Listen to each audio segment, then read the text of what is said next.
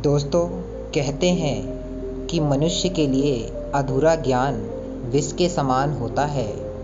दोस्तों, आज की इस वीडियो में जो कहानी मैं आपको सुनाने वाला हूँ वह बहुत ही महत्वपूर्ण है और साथ ही ज्ञान से भरपूर है।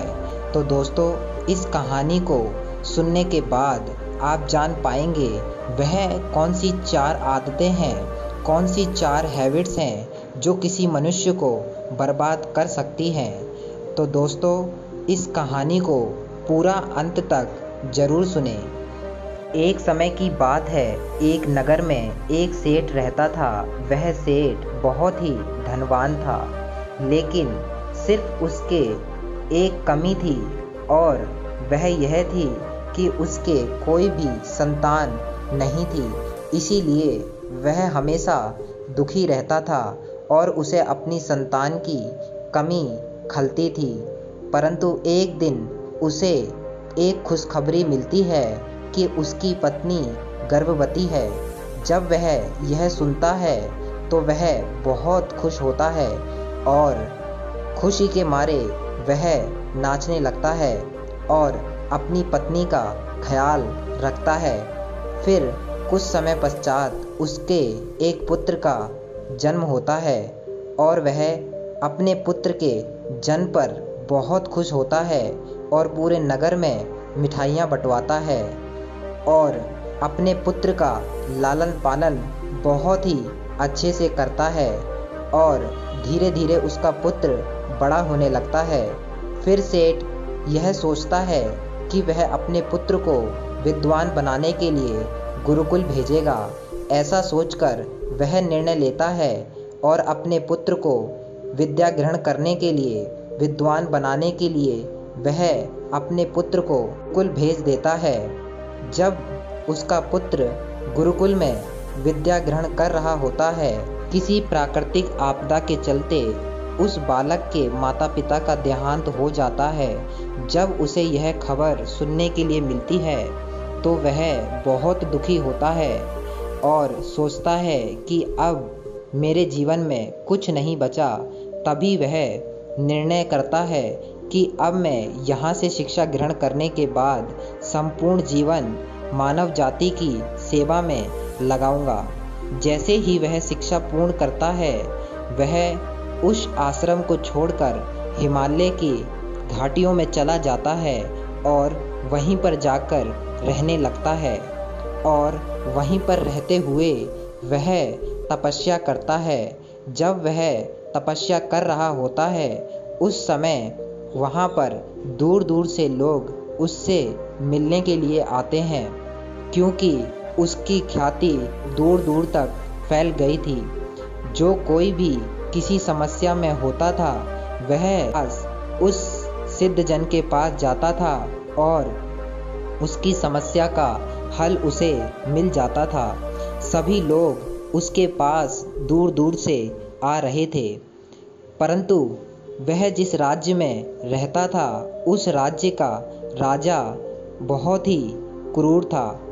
वह जब यह सुनता है कि कोई ऋषि यहाँ पर आकर के रहता है और इस वजह से सारी प्रजा उसके पास जाती है, तो वह बहुत क्रोधित होता है और उसके पास जाने का निर्णय लेता है। अगली सुबह राजा अपने महल से उस सन्यासी से मिलने के लिए निकल जाता है। जैसे ही वह वहाँ पर पहुँचता है, किसी को देखता है और उसके चेहरे के तेज को देखकर राजा हैरान रह जाता है और वह उस सन्यासी से वार्तालाप करने लगता है। जैसे ही वह सन्यासी से वार्तालाप करता है, उसके मन में पूर्ण रूप से परिवर्तन आ जाता है। तब राजा निर्णय लेता है कि इससे मिलकर मेरे अंदर इतना बदलाव आया है, अगर यह हमारे साथ रहने लगे तो मेरा जीवन कितना परिवर्तित हो जाएगा। तब वह राजा उस सन्यासी से आग्रह करता है, हे सन्यासी, आप मेरे महल में चलकर कुछ समय व्यतीत करें।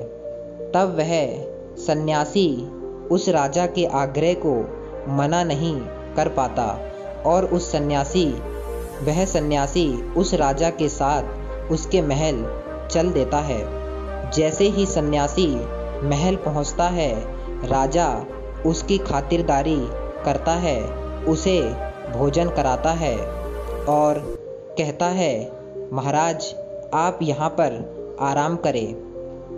तब सन्यासी भोजन करने के पश्चात राजा से कहता है, अब मुझे चलने की आज्ञा दो। राजा कहता है, महाराज आप जब तक चाहें यहाँ पर रह सकते हैं, हम आपका पूरा ख्याल रखेंगे।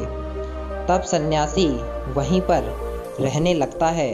राजा उस सन्यासी के रहने के लिए वहीं पर कुटिया बनवा देता है और उसके खाने पीने का इंतज़ाम करवा देता में रहने लगता है और उसे वहीं पर रहते हुए कई साल बीत जाते हैं और राजा उस सन्यासी की खूब अच्छे से खातिरदारी करता है और पूरी तरह से अच्छे से उस सन्यासी का ख्याल रखता है।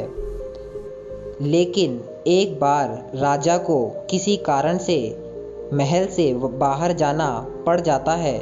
तब वह एक व्यक्ति को उस सन्यासी की सेवा के लिए नियुक्त कर जाता है, लेकिन वह व्यक्ति अचानक से बीमार पड़ जाता है और वह अपने घर चला जाता है। फिर वह लौटकर नहीं आता, इसलिए वह सन्यासी इसी तरह से भूखा रह जाता है और उसकी सेवा करने के लिए कोई भी नहीं आता। जब राजा अपने महल वापस लौटता है तो वह उस सन्यासी से मिलता है। तब वह सन्यासी क्रोधित होते हुए राजा से कहता है, राजा जो काम तुम नहीं कर सकते उसकी जिम्मेदारी तुम्हें लेनी ही नहीं चाहिए। तब वह राजा सन्यासी से क्षमा मांगता है और कहता है, हे महाराज आप मुझे बताइए, क्या मुझसे कोई भूल हो गई है? आप मुझे बताइए, क्या मेरे से कोई गलती हुई है? मैं उसका प्रायश्चित करूँगा।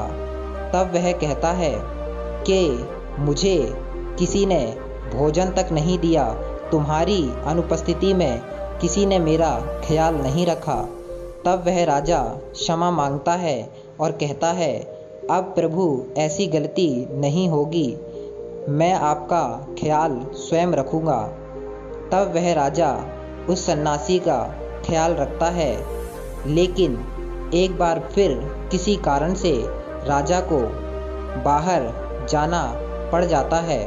इस बार वह अपनी रानी को उस सन्यासी की सेवा में लगा जाता है। वह रानी से कहता है, रानी जब तक मैं अपना कार्य पूर्ण करके ना आ जाऊं तब तक तुम्हें इस सन्यासी का ख्याल रखना है। तब रानी कहती है, आप निश्चिंत होकर जाएं महाराज, मैं उनका ख्याल अच्छे से रखूंगी। तब वह वहाँ से चला जाता है और रानी प्रतिदिन उस सन्यासी के लिए भोजन बनाकर उसके पास पहुँचा देती थी। लेकिन एक बार किसी कारण से रानी भोजन बनाना भूल जाती है और नहाने चली जाती है। तब वह सन्यासी अपनी कुटिया में काफ़ी देर तक इंतज़ार करता है और सोचता है कि आज आखिर भोजन क्यों नहीं आया, क्या कारण है जिस वजह से भोजन नहीं आया है। तब वह सोचता है कि मैं चलकर खुद देखता हूँ क्या कारण है जिस वजह से भोजन नहीं आया। तब वह जाकर देखता है और वहाँ पर उसको रानी नज़र आती है। वह रानी के सुंदर बाल और उनका रूप देखकर मंत्रमुग्ध हो जाता है और वैसे ही देखकर के बहुत प्रसन्न होता है और वहाँ से लौट आता है। बिना कुछ कहे वह अपनी कुटिया में वापस आ जाता है और कई दिनों तक बिना कुछ खाए ऐसे ही अपनी कुटिया में रहता है और उसी रानी के विषय में सोचता रहता है। और कुछ समय पश्चात वह बहुत कमज़ोर हो जाता है। जब राजा अपना कार्य पूर्ण करके महल लौटता है तो वह देखता है कि सन्यासी बहुत कमज़ोर हो गए हैं और वह राजा उनसे जाकर के मिलता है और पूछता है, गुरुदेव महाराज क्या हुआ, आप भोजन क्यों नहीं कर रहे हैं? तब वह सन्यासी राजा से कहता है, मैं आपकी रानी को बहुत पसंद करता हूँ, मैं उनसे विवाह करना चाहता हूँ। तब वह राजा कहता है, महाराज मैं आपको अपनी रानी दे दूँगा, आप इसके लिए निश्चिंत रहें। तब वह राजा अपनी रानी से जाके मिलता है और रानी से कहता है कि यह आपसे विवाह करना चाहते हैं। तो वह पत्नी राजा से कहती है कि कोई बात नहीं, मैं इनके साथ चली जाती हूँ।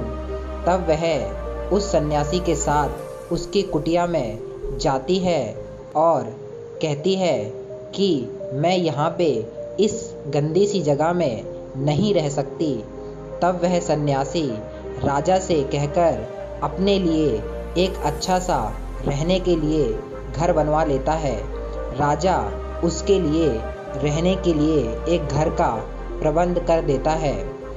तब वह रानी कहती है कि इस गंदे से घर में मैं नहीं रह सकती। तब वह राजा से कहकर उस घर को अच्छा करवा लेता है। तब रानी उसमें रहना शुरू कर देती है और सन्यासी एक टाइम पे अपने बिस्तर पर सो रहा होता है तो रानी आकर कहती है कि तुम्हें क्या पता है तुम कितनी बड़ी गलती कर रहे हो? वह कहता है कि क्या हुआ रानी, बताओ क्या परेशानी है? तब वह कहती है, क्या तुम भूल गए हो कि तुम एक सन्यासी हो और तुम यहाँ आने से पहले क्या करते थे? तब वह सोचता है कि मैं पहले लोगों के कष्टों का निवारण करता था, लेकिन अब मैं यहाँ पर आकर अपने मोह माया में फंस गया हूँ। तब वह कहती है कि तुम एक सन्यासी हो और तुम्हारा काम लोगों के लिए भलाई करना है, लेकिन तुम यहाँ काम वासना में फंस चुके हो, इसीलिए तुम अब मोह के जाल में फंस गए हो। तब वह बहुत ज़्यादा दुखी होता है और उसको अपनी गलती का एहसास होता है। तब वह रानी से कहता है, महारानी मुझे क्षमा कीजिए, मेरी ये सबसे बड़ी भूल थी कि मैं काम वासना में फंस गया और यहाँ पर मोह माया में पड़ गया, क्योंकि मैंने एक लालच को पकड़ा और वह कई गुना होता गया। तब वह कहता है कि मैं तुम्हें राजा के पास लेकर चला जाता हूँ और तुम्हें वापस लौटा देता हूँ। तो वह राजा के पास जाता है और कहता है, महाराज मुझे क्षमा करें, मैं अब वापस जा रहा हूँ, लेकिन उससे पहले मैं तुम्हें 4 बातें बताऊँगा जो कि किसी भी मनुष्य की बर्बादी के सबसे बड़े कारण हैं। तो राजन कहता है, बताइए सन्यासी, वह कौन सी बातें हैं जो किसी मनुष्य की बर्बादी के कारण हैं? सन्यासी कहता है, सबसे पहला कारण है लालच। जब कोई मनुष्य लालच करता है तो वह उसकी एक इच्छा जैसे ही पूरी होती है वह दूसरे की चाह करने लगता है, और जब वो इच्छाओं के जाल में इस तरीके से फंस जाता है कि वह उससे कभी बाहर नहीं निकल पाता। तब वह राजा से कहता है, दूसरी जो सबसे बड़ी गलती जो मनुष्य करता है, जो सबसे बड़ी जो गलती करता है वह है काम इच्छा। दोस्तों, अगली चीज़ जो कि सबसे बड़ी बर्बादी का कारण है किसी मनुष्य की, वह है काम वासना। जब मनुष्य कभी भी काम वासना में लगता है तो उसकी बुद्धि पूरी तरीके से भ्रष्ट हो जाती है, फिर वह कुछ भी सोच विचार नहीं कर पाता। इसीलिए वह राजन से कहता है कि यह सबसे बड़ी मनुष्य की बर्बादी का कारण है। अगला कारण जो भी किसी मनुष्य की बर्बादी का कारण बनता है वह है आलस्य, क्योंकि जब मनुष्य आलस्य करता है तो वह कुछ भी काम नहीं कर पाता और यही उसकी बर्बादी का कारण बनता है। अगली चीज़ जो कोई मनुष्य की बर्बादी का कारण बनता है वह है उसकी अधिक चाह रखना। जब वह किसी चीज़ के लिए ज़्यादा से ज़्यादा चाहत रखता है तो वह दुखी होता है और यही उसकी बर्बादी का भी कारण बनता है। दोस्तों, कहानी कैसी लगी हमें कमेंट में ज़रूर बताएं और अगर आपको कहानी पसंद आई हो तो इस वीडियो को लाइक ज़रूर करें। धन्यवाद दोस्तों।